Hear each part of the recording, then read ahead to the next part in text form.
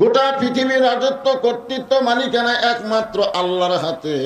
ওয়া আলা কুল্লি শাইইন কাদির। প্রত্যেকটা বিষয়ের উপরে, প্রত্যেকটা বিষয়ের উপরে একমাত্র ক্ষমতাকার।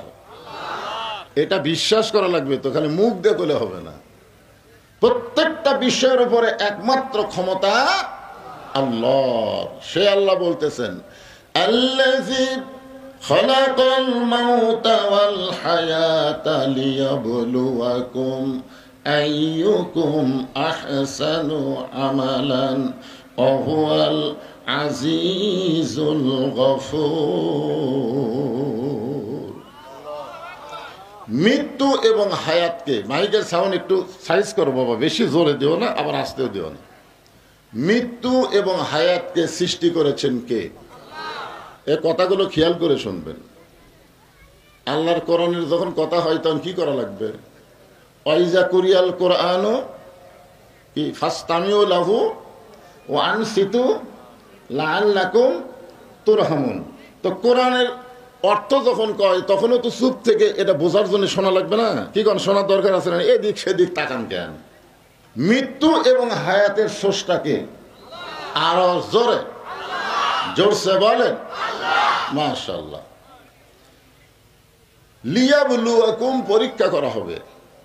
আইয়ুকুম আহসানু আমালা, সুন্দর আমল।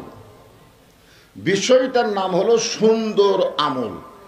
আপনার বলেন তো, সুন্দর আমল করার পরিবেশ বর্তমানে বাংলাদেশে আছে?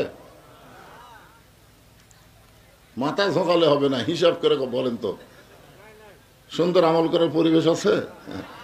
এই জন্য আল্লাহ বলতেছেন লিয়াবলুয়াকুম, তোমাদের পরীক্ষা করা হবে। আইয়ুকুম আহসানু আমালা। একটু মনোযোগ দিয়ে শোনেন। সুন্দর আমল করতে গেলে ধারাপাতের মতো একটু খেয়াল করেন, তারপর আর খেয়াল না করলে আপনারা এমনি খেয়াল করবেন। আগে ওয়াজের লাইনও তুটপাত দেন। সুন্দর পরিবেশ তৈরি করতে গেলে সুন্দর একটা সমাজ লাগবে।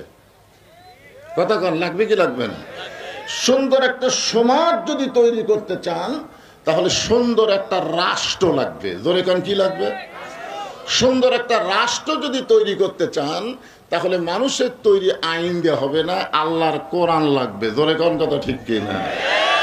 এখন আপনারা বলেন, এই কোরআন কি খালি ওয়াজের মধ্যেই সীমাবদ্ধ না সব জায়গায়? এই যে বললো না আল কোরআনের আলো, আপনারা বললেন ঘরে ঘরে জালো। শেষ পর্যন্ত যিনি শুরু করছেন তিনি বাধ্য হয়ে লাস্টে গেল সংসদে জালো। এখন এই কোরআনটা কি, এই কোরআনটা আসলে কি, এইটা বোঝানোর জন্য আমি আপনাদেরকে সূরা মুলকের দুটো আয়াতটা ব্যাখ্যা করতেছি।